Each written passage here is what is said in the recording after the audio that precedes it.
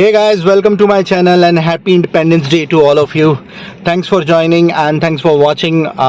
Welcome to my channel. Welcome back once again. Guys, आज independence day है तो आज हम इंडिपेंडेंस डे के बारे में बात करेंगे, थोड़ा जानेंगे.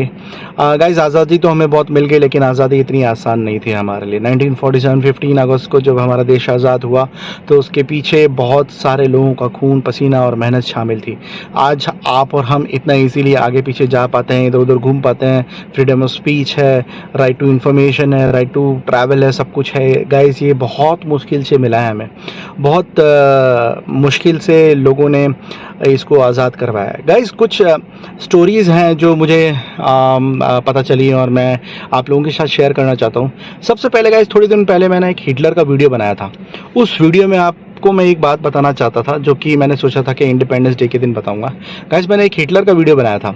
हिटलर के वीडियो में मैंने मेंशन किया था कि हिटलर ने सेकेंड वर्ल्ड वॉर में लड़ाई की और उसने बहुत बड़ा वॉर करा दिया. फर्स्ट वर्ल्ड वॉर में वो एक सोल्जर भी था.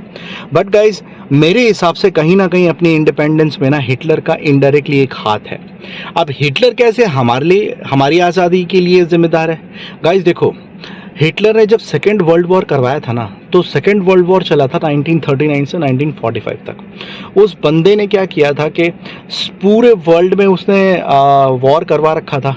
तो इंग्लैंड को बहुत ही बड़ी फाइट करनी पड़ी थी. किसको? इंग्लैंड को. किसके खिलाफ? जर्मनी के खिलाफ, यानी हिटलर के खिलाफ. तो हिटलर की आर्मी और इंग्लैंड के खिलाफ एक बहुत बड़ी लड़ाई हुई थी गाइस. तो हुआ ये था कि जब सेकेंड वर्ल्ड वॉर चल रहा था तो इंग्लैंड भी वहाँ पे शामिल था. ये ठीक है. अब इंग्लैंड वगैरह ये जब लोग शामिल थे वहाँ सेकेंड वर्ल्ड वॉर में, तो इंग्लैंड हम पर राज कर रहा था. मतलब अंग्रेज़ जो थे इंग्लैंड वाले ही थे जो हम पे राज कर रहे थे.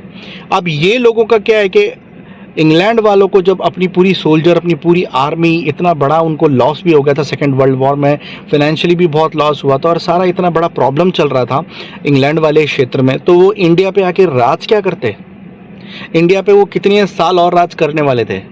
It is the Hitler who actually, उसने मतलब कमज़ोर कर दिया इंग्लैंड को इस तरह से सेकेंड वर्ल्ड वॉर में कि इंग्लैंड वालों को डिसीजन लेना ही पड़ा कि हम भारत को आज़ाद करते हैं. अब इनके ऊपर हम अपना है ना जो स्वामित्व है नहीं रख पाएंगे, हमें इनको आज़ाद करना ही पड़ेगा. तो इनडायरेक्टली, मैं नहीं कह रहा कि डायरेक्टली, लेकिन इनडायरेक्टली हिटलर ज़रूर जिम्मेदार है हमारी आज़ादी के लिए, कहीं ना कहीं इनडायरेक्टली गाइस. बाकी इन सबसे ऊपर, इन सबसे जितनी भी दुनिया से ऊपर है हमारे द लेजेंड, द जिनके लिए तो मैं क्या कहूँ, जितनी कहना जितना छोटा है, मतलब उनके लिए मैं तो उनका नाम भी नहीं ले सकता. The great Lord Bhagat Singh. Bhagat Singh ji ने जो आज़ादी के लिए किया गाइस, एक 23 साल का लड़का फांसी पे चढ़ गया जस्ट बिकॉज ऑफ फ्रीडम. आज एक 23 साल का लड़का क्या कर लेता है?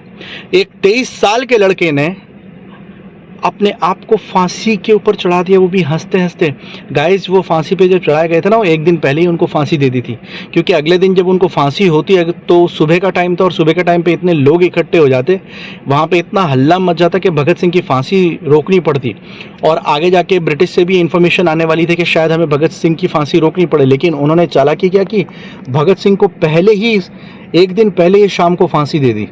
और गाइस, फांसी दे के उनके टुकड़े टुकड़े करके हमें जब उनको फांसी दे दी ना, तो उनको रातों रात एक 2-3 ट्रक में उनकी भगत सिंह, सुखदेव और राजगुरु की लाश को एक ट्रक में डालकर वो लोग है ना बाहर ले जा रहे थे.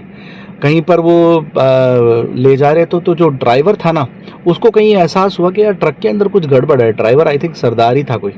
तो उसको ये कुछ गड़बड़ लगी, तो उसने क्या किया कि आसपास हुसैनी वाला एक जगह है पंजाब के पास, हुसैनी वाला में उसने गाड़ी रोकी और उसने पता लगाने की कोशिश की कि आखिर ऐसा हुआ कि अंदर ऐसा क्या है, अंग्रेज़ लोग इतना चालाकियाँ क्या कर रहे हैं, ऐसा कुछ अजीब क्यों कर रहे हैं. तो उसने क्या किया कि अपनी गाड़ी रोकी, ट्रक रोका और कुछ बहाना किया और आजू बाजू जाके कई लोगों को ये इन्फॉर्म किया कि शायद भगत सिंह को मार दिया गया. तो वहाँ से लोगों का जमावड़ा जब वापस आया तो इन अंग्रेज़ों ने क्या किया, पीछे से भगत सिंह की लाश काटकर, भगत सिंह, सुखदेव, राजगुरु की लाश काटकर उसको पानी में मतलब पास में एक पता नहीं कोई नदी थी या तालाब था, मुझे अच्छे से नहीं पता, वहाँ पे उनकी लाश को काट कर रख दिया गया और वहाँ पे ज़िंदा ही जला दिया.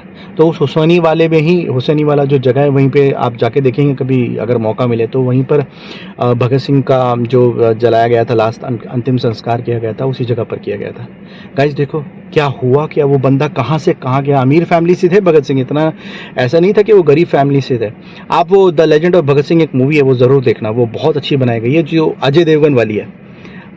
उस साल 2002 में 3 मूवी बनाई थी भगत सिंह पर, लेकिन जो अजय देवगन वाली है वो सबसे अच्छी है, उसमें अच्छा इंटरप्रिटेशन लगा मुझे, बहुत अच्छी लगती है वो वाली। आप वही वाला देखिएगा, अजय देवगन वाला। और भी कई लोग हैं जो आज़ादी में थे, जैसे महात्मा गांधी भी कहीं ना कहीं उन्होंने भी काफ़ी स्ट्रगल किया था, वो फादर ऑफ द नेशन है।